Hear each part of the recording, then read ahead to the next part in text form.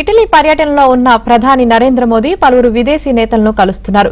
Britain ప్రధాని Rishi Sunak, French అధ్యక్షుడు Emmanuel Macron తో ఆయన విడివిడిగా సమావేశమై ద్వైపాక్షిక అంతర్జాతీయ అంశాలను చర్చించారు. ఇవాళ ఆయన ఇతర నేతలతో పాటు కేథలిక్ మత పెద్ద పోప్ తోనూ సమావేశమయ్యారు.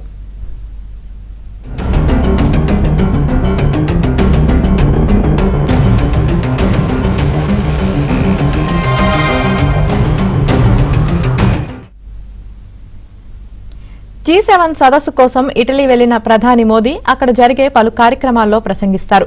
ప్రస్తుతం మోదీ ఒక రిసార్ట్లో బస చేశారని, అక్కడే ద్వైపాక్షిక చర్చలు జరుపుతున్నారని భారత విదేశాంగ శాఖ ప్రకటించింది.